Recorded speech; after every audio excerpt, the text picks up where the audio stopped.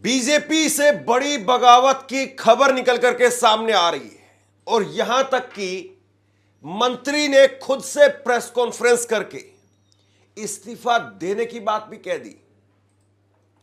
बड़ी बात यह है कि खुल्लम खुल्ला बगावत या खुल्लम खुल्ला एक दूसरे के प्रति बयान जो जारी किए जा रहे हैं, लेकिन मीडिया में कहीं पर कोई चर्चा नहीं है, मीडिया में कोई बात नहीं हो रही है। जिस बात की भनक बहुत दिनों से लग रही थी कि भाजपा के अंदर बगावत हो जाएगी, दोस्तों सीधे तौर पर बगावत होना शुरू हो गई है। किस तरह से मंत्री भी अब इस्तीफा देने की बात करने लगे हैं दोस्तों भाजपा के अंदर, कि यहां पर सीधे तौर पर प्रेस कॉन्फ्रेंस की गई। एक मंत्री ने बहुत सारे मीडिया बंधु को बुलाया और सीधे तौर पर कह दिया इस्तीफा देने जैसी धमकी सीधे तौर पर दी जा रही है। तो क्या कुछ बगावत भाजपा के अंदर उठ रही है, वो तस्वीरें मैं आप लोगों के सामने रखूंगा। उस तस्वीर को आप जरा गौर से देखिए।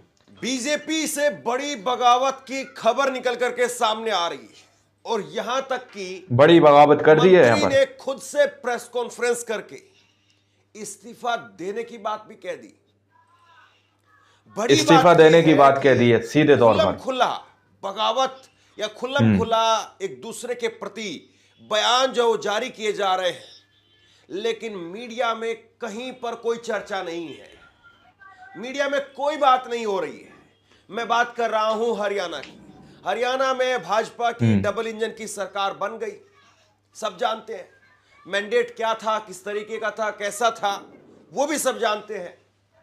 लेकिन हरियाणा के मुख्यमंत्री दिल्ली में चुनाव प्रचार के अंदर लगे हुए हैं और दूसरी तरफ सबसे सीनियर नेता ने 7 बार के विधायक अनिल विज, पूर्व गृह मंत्री और अभी भी सरकार के अंदर मंत्री हैं, उन्होंने सीधे तौर पर कह दिया है कि मेरे पास में कुछ नहीं है, मैंने सरकार से कुछ नहीं लिया है, अगर आप चाहो तो मेरा इस्तीफा भी ले लो, मैं इस्तीफा भी देने के लिए तैयार हूं।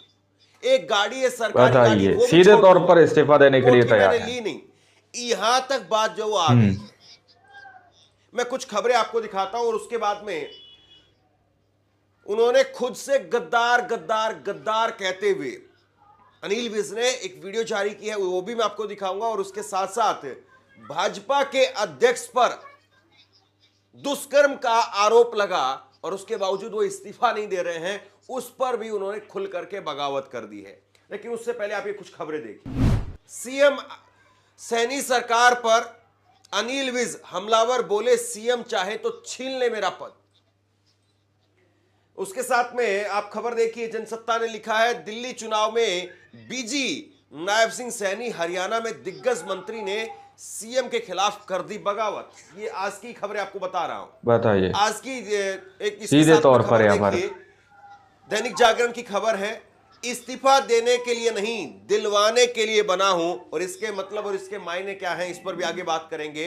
अनिल विज का एक और हमला, नायब सिंह सैनी को फिर से नसीहत दी। खबर आप देखिए, एबीपी न्यूज की खबर है, अनिल विज का सीएम नायब सिंह सैनी पर बड़ा हमला, मैं सबसे सीनियर हूं। वो जब से सीएम बने हैं, यानी नायब सिंह सैनी जब से सीएम बने हैं, वो उड़न खटोले में घूम रहे हैं। तो इस पर भी जो है बात करेंगे।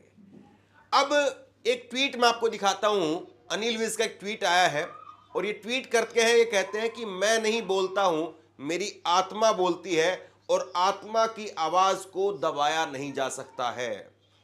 ये बड़ी बात जो है वो यहां पर नायब सिंह सैनी के खिलाफ बगावत करते हुए यहां पर अनिल विज कर रहे हैं। बताइए। देखिए, ऐसा है, मंत्री पद में मैंने किसी से कुछ ले तो रखा नहीं, कोठी मैंने नहीं ली, एक कार है, वो भी मेरे कार्यकर्ताओं ने कल दे दिया कि भी अगर कार छीनेंगे तो हम लेके दे देंगे। तो एमएलए मेरी कोई छीन नहीं, वो मुझे लोगों ने बनाया, तो मुझे तो कोई फर्क पड़ता नहीं। जिस तरह छीनते होंगे छीन लें, कोई फर्क नहीं पड़ता। तो अनिल विज यहां पर साफ तौर पर कह रहे हैं कि अगर मुख्यमंत्री चाहे तो मेरा पद छीन ले, लेकिन वरिष्ठता और मेरी विधायकी नहीं छीन सकते हैं। उन्होंने कहा कि 7 बार का विधायक हूं, अंबाला कैंट की जनता ने वोट देकर के बनाया है, मंत्री बनकर के कोठी मैंने नहीं ली, केवल एक कार है, अब तो कार्यकर्ताओं ने कह दिया है कि अगर कार छीनी गई तो वो अपने पैसे से खरीद करके दे देंगे। मंत्री पद छोड़ने पर अनिल विज ने कहा कि मुझे कोई फर्क नहीं पड़ता है, वैसे भी मैंने मंत्री होने के बाद में कोई सुविधाएं नहीं ले रखी है, मैंने कोठी नहीं ली है, मैंने चुनाव जीतने के बाद ही खुले मन से कहा था कि चुनाव में अधिकारियों ने मेरे खिलाफ काम किया है, मुझे हराने के लिए साजिश रची गई। 100 दिन बाद में अंबाला के डीसी को हटाने या न हटाने से कोई फर्क नहीं पड़ता है। किसी को बदले किसी को ना बदले, ये है पूरी कहानी। 100 दिन हो बताइए। और मैंने खुले मंच से कहा था कि अधिकारियों ने मेरे चुनाव में मेरे खिलाफ काम किया। 100 दिन के बाद अब किसी को बदले ना बदले, अब कोई महत्व नहीं है उस पर। सरकार कहाँ क्या करती है कोई महत्व नहीं है, सरकार का वो है। अब सारे का तो मुझे नहीं मालूम क्या करूँ। हाँ जी, नायब सिंह सैनी जी मुख्यमंत्री कहते हैं, अनिल विज तो हमारे सीनियर नेता है। नहीं तो मेरा सब कुछ छीन सकते हैं, मेरी सीनियरिटी तो नहीं छीन सकते। 7 बार का एमएलए हूँ, 7 बार का एमएलए हूँ। हाँ जी, मुख्यमंत्री ना बनने की मैंने कभी चाहा नहीं, कभी मांगा नहीं, कभी कहा नहीं और ना कभी कहूं। और इसके बाद में आज सुबह सुबह इस तरह से ये भारी बगावतें होने लगी है भाजपा के अंदर। अनिल विज समझ ने सकते खुद हो से आप लोग। ट्वीट किया है आज सुबह 9 बजे और ट्वीट करके वो कहते हैं कि आशीष तायल जो खुद नायब सिंह सैनी को मित्र बताते हैं, उनकी फेसबुक पर नायब सिंह सैनी के साथ में उनके चित्र मौजूद हैं। आशीष तायल के साथ में विधानसभा चुनाव के दौरान जो कार्यकर्ता नजर आ रहे हैं वो वही कार्यकर्ता चित्रा सरवारा भाजपा की विरोधी उम्मीदवार के साथ में नजर आ रहे हैं। ये रिश्ता क्या कहलाता है? तायल आज भी नायब ये सिंह रिश्ता सैनी के क्या परम कहलाता मित्र है? बने हुए हैं। तो फिर प्रश्न उठता है कि भाजपा उम्मीदवार की मुखालफत किसने करवाई?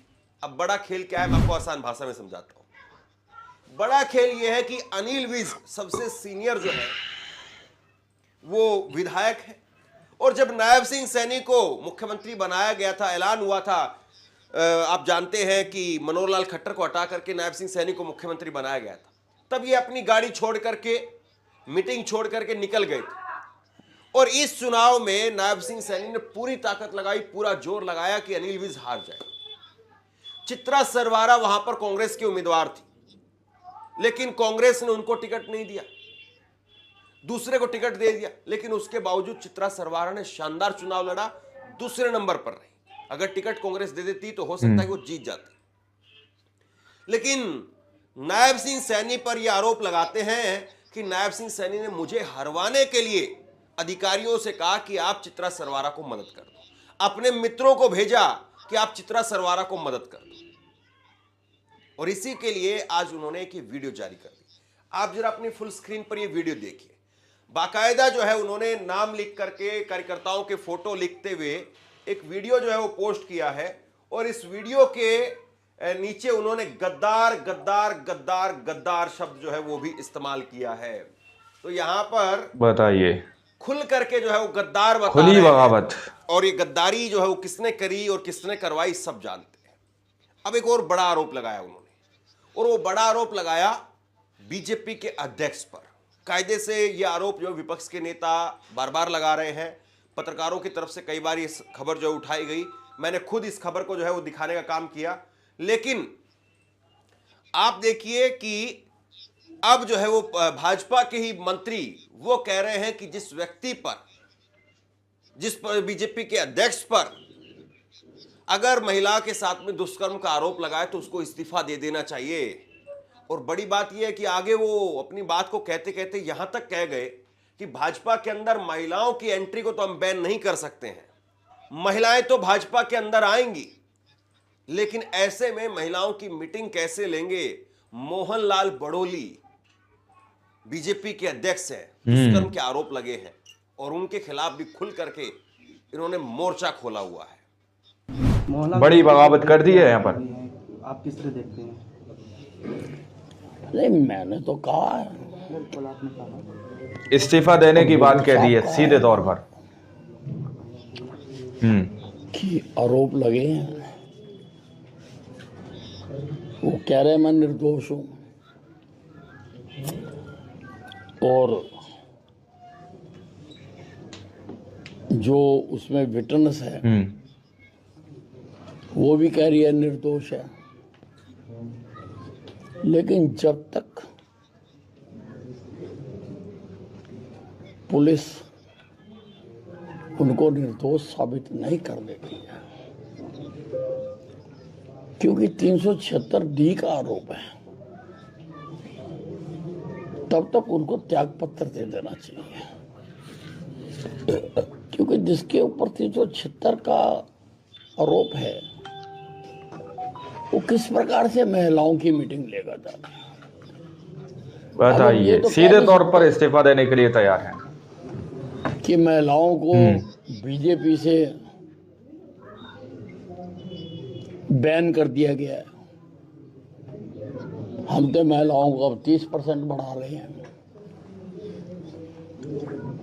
अब उसमें 376 का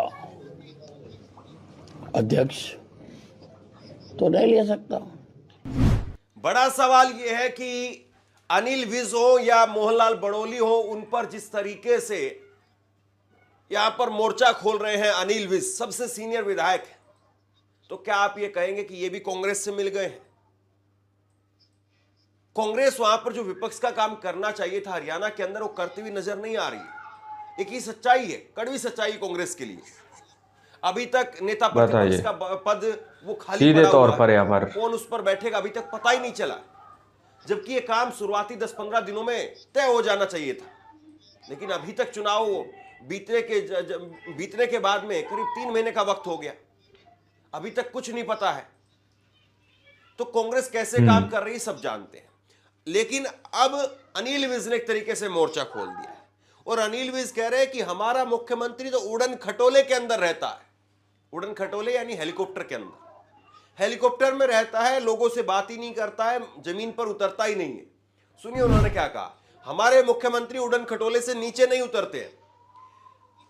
वो जिस दिन से मुख्यमंत्री बने हैं वो तब से उड़न खटोले पर ही हैं, नीचे उतरते ही नहीं है।